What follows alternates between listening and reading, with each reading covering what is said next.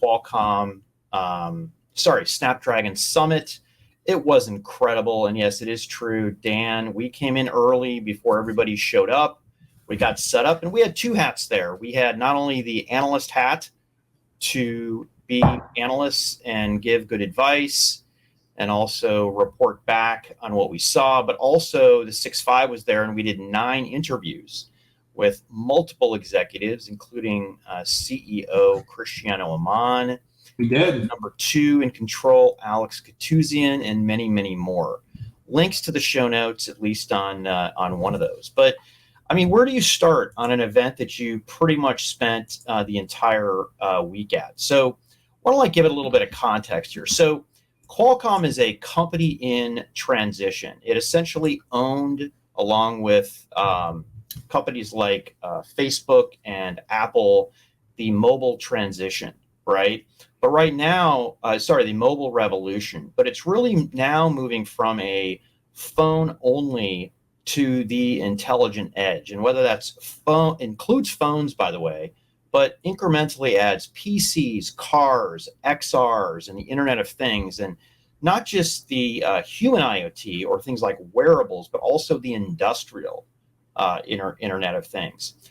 This show, the Snapdragon Summit, really focused on the next generation smartphone, which was the Snapdragon 8 Gen 2, and also the human IoT that included things like XR and also wearables and hearables.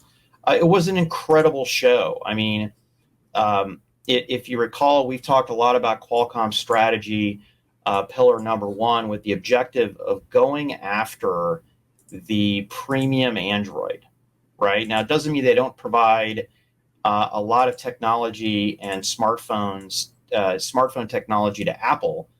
They do. In fact, Apple exclusively uses modems and part of the front end from Qualcomm.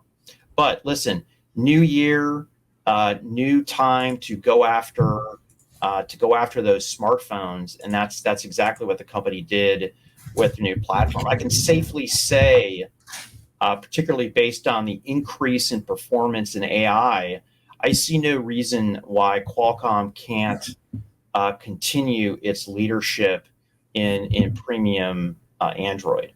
And it was really interesting, Daniel, how it's not just AI for AI's sake, but it was about AI to improve experiences, whether that was the radio with the modem to find the best thing to connect to, whether that was the compute camera. But let's not forget things like Wi-Fi 7, dual Bluetooth, heck, frickin' ray tracing in the graphics as well. I don't think that Qualcomm's going to win on all the CPU benchmarks, but quite frankly, when we look at experiential benchmarks, I don't see anybody touching the company at all. And you know, it is funny.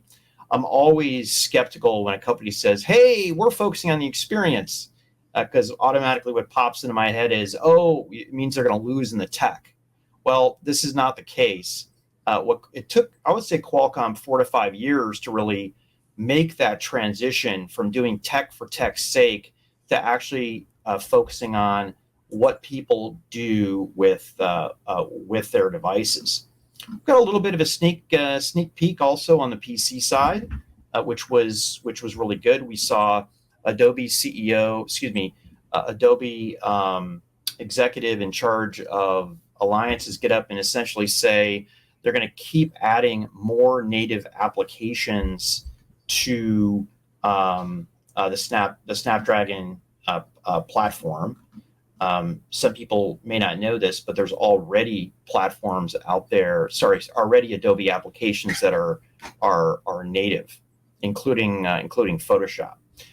We saw a brand new XR platform called AR2 Gen 1, and I like that a lot, Daniel, because it really narrows in on the use case of augmented reality with the capabilities to put them in normal size glasses. In fact, the glasses that you have on right now look strikingly similar to the form factor that the AR AR2 Gen 1 was delivered in.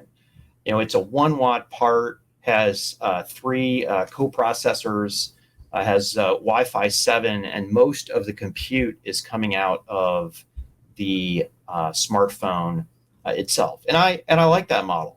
And I think it will likely accelerate what the industry does with AR. And I think the timing is good for when I think Apple is going to come out. So great show. Started on Sunday. You and I left Wednesday night. Both took the red eye back in so we could be in the office for work and plan for this podcast. Yeah, I came home just for this because I love all of you, and you matter, in case you forgot. There we go. But, you covered a lot of ground there, Pat. I'll kind of keep it simple, zoom out, and keep us on pace here. But, for me, it was really about the future of mobile compute and the implementation and application of AI on everything. And so if you kind of thematically looked across the show, a lot of energy was spent on how AI is going to really supercharge this next generation of devices. Whether it's how AI could be implemented to the RF modem system to more intelligently deliver millimeter wave 5G beamforming and making sure you're getting that highest quality signal at any given time, to the way you can use AI to flex across different levels of connectivity between bands, right? Whether it's Wi-Fi 7, whether it's millimeter wave, sub-6, or a legacy connectivity that we need when we're outside of major markets and metros. And then, of course, if you look at XR, if you look at mobile compute, the PC part of the business, if you look at gaming, everything was, hey, how are we going to take artificial intelligence and layer it to add performance? Can we add intelligence that's going to help save power? Can we add intelligence that's going to help make the device work better?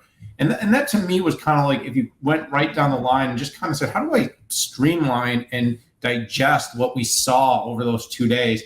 That was it. It was that the next generation, the next scale of these companies, products, services, and business is going to be its ability to implement meaningful artificial intelligence on top of high performance, some of the lowest power system on chip that are available in the market today.